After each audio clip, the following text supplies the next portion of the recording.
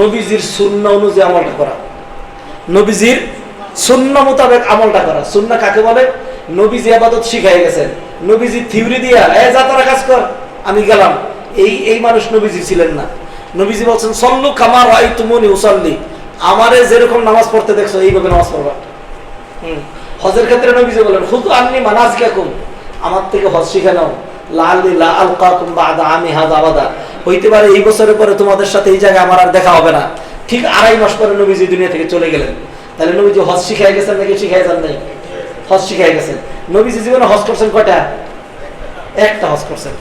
নবীজি প্রতিদিন নামাজ পড়াইতেন 5 ওয়াক্ত, তাইলে মাসে 35 ওয়াক্ত, বছরে 150 ওয়াক্ত নামাজ পড়াইতেন।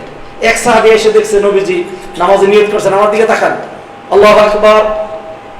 এই সাহাবী দেখে চলে গেছেন, বলছেন আমি নবীজিরে দেখছি যে তিনি বুকের উপর হাত বাঁধছেন। তো নবীজি লম্বা করে সূরা বাকারা, আলে ইমরান, নিসা অনেক পড়তেন। তো সে গিয়ে বললো আমি নবীজিরে দেখছি নবীজি নাভির উপরে হাত বাঁধছেন। কোথায়?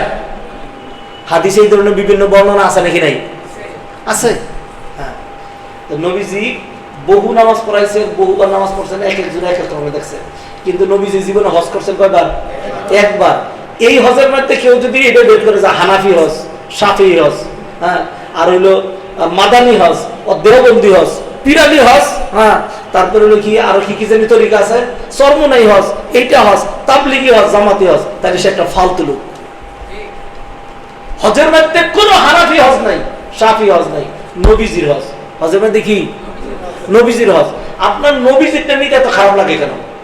আমি খালি একটা জিনিস জানতে চাই।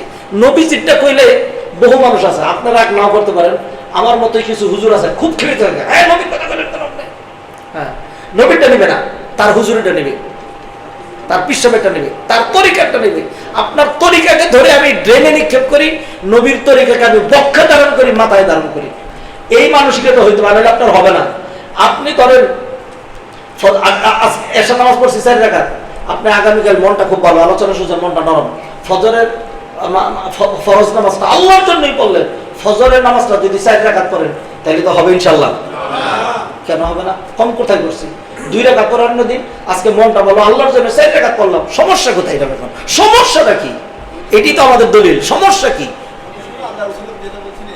এই যে সুন্দর উনি বলে দিয়েছেন, সমস্যা হলো এটা নবীর তরিকা না। এটা কি না? আপনার 100% ইখলাস পাওয়া গেছে, কিন্তু নবীর তরিকা না হওয়ার কারণে আপনি বেশি করলেও কি হবে না? কবুল হবে না। অতএব হজের মধ্যে আপনি অতিরিক্ত কষ্ট করবেন, হজের মধ্যে এমনি করবেন অমনে করবেন, কিন্তু নবীজি করেন নাই, করতেও বলেন নাই, তাইলে আপনার সেই হজ হবে না।